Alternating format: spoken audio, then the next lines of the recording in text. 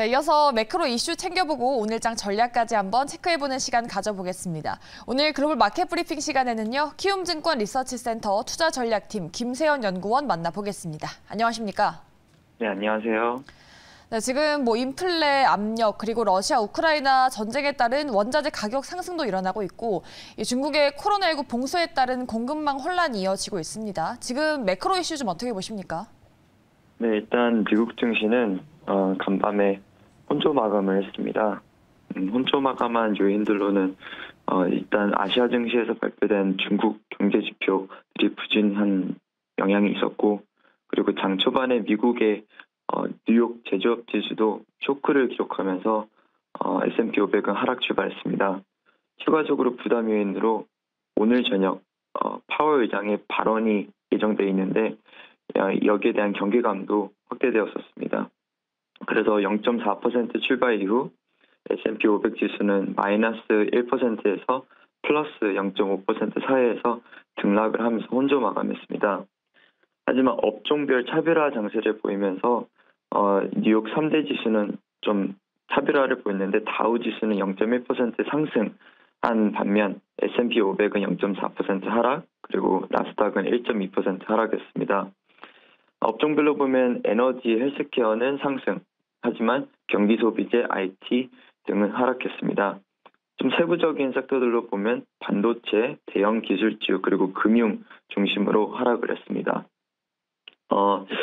중국에서 발표된 경제 지표들이 부진했는데 소매 판매가 가장 크게 쇼크를 기록했습니다. 전년 대비 11.1% 하락했고, 산업 생산 그리고 고정 자산 투자도 큰 폭으로 예상치를 하회하면서 시장의 경기에 대한 우려감을 높였습니다.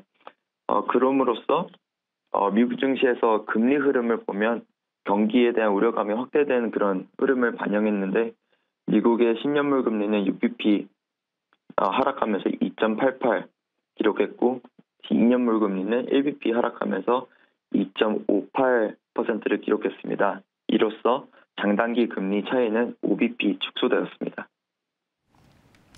네, 이렇게 미국뿐 아니라 중국까지 경제 지표가 부진하게 나타났습니다. 그러면서 경기 둔화를 둘러싼 우려가 지속이 되고 있는데, 오늘은 빅스 지수가 좀 하락을 했습니다. 최근에 35까지 올라가기도 했는데요. 이 빅스 지수가 40은 가까워져야 바닥이다라고 판단을 한다고 하는데, 빅스 지수의 동향은 어떻게 좀 보십니까? 네, 어제 간밤에 빅스 지수는 5% 정도 하락하면서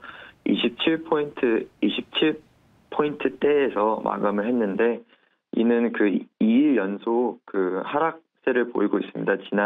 지난주 금요일 미국 증시가 나스닥이 3.8% 급등한 그런 하루였는데, 그때는 빅스 지수가 9% 하락을 했고, 어제 간밤에는 5% 하락하면서 변동성 장세는 조금 완화되고 있는 그런 국면을 보이고 있습니다.